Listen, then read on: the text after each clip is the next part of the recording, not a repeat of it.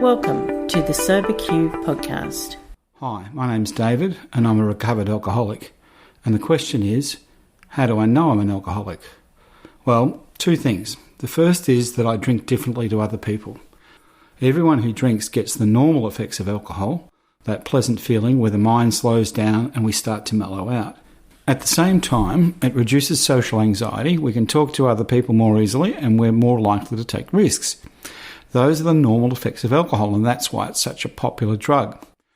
I get the same effects that everyone else does, but I also get an extra effect, one that I don't actually want. After I start drinking, I get a craving to keep going and keep going. That's what sets me apart from the average drinker. Most people can have a couple of drinks and get to a point where they're able to say, no thanks, I've had enough. But I never get to that point. I never feel like I've had enough. So because of that difference, I got drunk. A lot. Most of the time when I drank, I didn't even notice it was a physical craving that kept me going. It's only if I had to stop drinking, because the grog ran out or the party ended or I had run out of money, that's when I really felt it. I'd get uncomfortable and anxious and desperate for another drink, and I'd do anything to get more. Over time, it got worse. I started drinking more and more, and I started lying about how much I drank and covering up and breaking promises and letting people down. It affected my relationships and my job and my health and my morals and my self-esteem.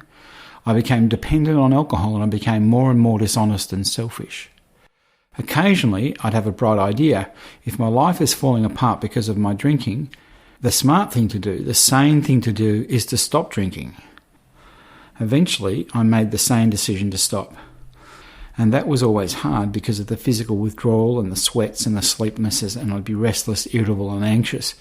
But I'd push through that and get medical help and detox. I'd get through the withdrawal stage and I'd start to sort out all the problems caused by my drinking.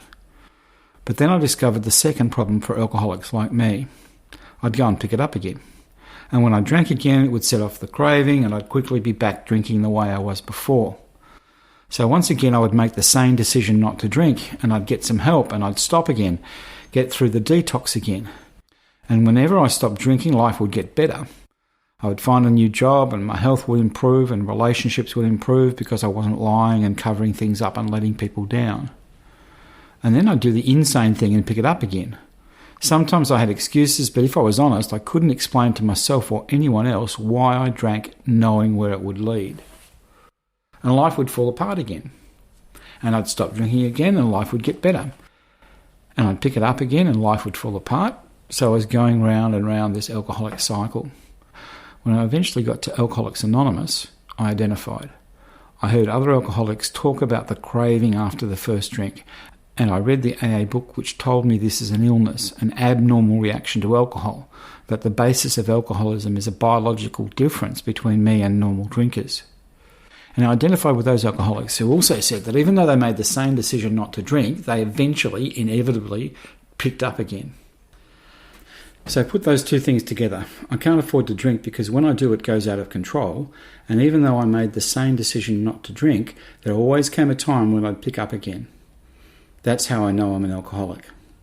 Fortunately, those same people in AA who explained to me what it was like to be an alcoholic from their own experience also told me and showed me that they had found a way to recover. It also worked for me.